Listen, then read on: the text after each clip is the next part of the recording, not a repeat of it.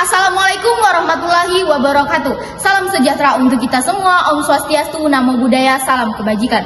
Pertama-tama, izinkanlah kami memperkenalkan diri. Saya, Wulan Permatasari sebagai pembicara pertama, Tirza Natalia Salurante sebagai pembicara kedua, Adin Askisham sebagai pembicara ketiga. Kami, delegasi SMA Negeri 1 Pasangkayu, yang pada kesempatan kali ini berdiri pada posisi kontra terhadap mosi kain tenun sebagai pakaian sehari-hari untuk meningkatkan ekonomi UMKM lokal.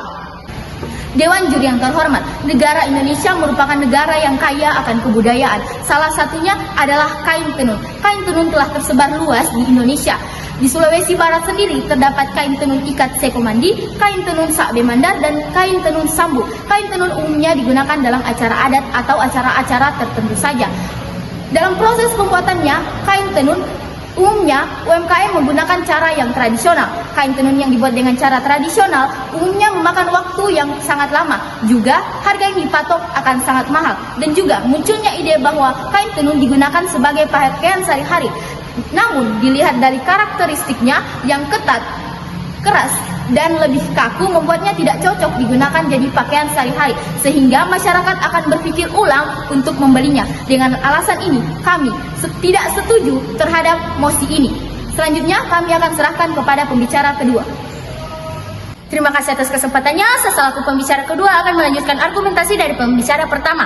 Dalam pembuatannya, kain tenun membutuhkan waktu yang sangat lama. Menurut pendapat dari pengrajin tenun asal Mamasa, waktu yang ia butuhkan untuk satu kain adalah 2 minggu hingga 3 bulan tergantung tingkat kerapatan benang. Selain itu, modal yang ia keluarkan mencapai Rp500.000 karena harga benang yang sangat mahal. Jika kain tenun digunakan sebagai pakaian sehari-hari, otomatis permintaan akan kain tenun meningkat. Hal ini membuat kesusahan UMKM atau pengrajin tenun untuk menyelesaikan permintaan-permintaan tersebut.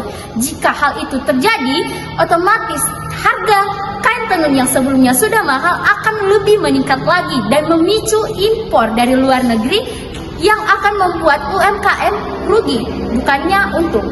Selain itu, di lain sisi, pendapatan per kapita masyarakat Indonesia masih tergolong rendah akibat COVID-19.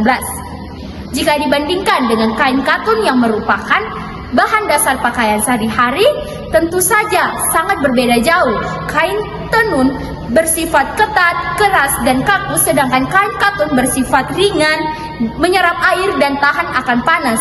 Otomatis masyarakat akan kurang minat menggunakan pakaian dari kain tenun. Sehingga dari pendapat-pendapat ini, kami dari tim kontra tidak setuju dengan tambahan argumentasi, dan kesimpulan akan disampaikan oleh pembicara ketiga.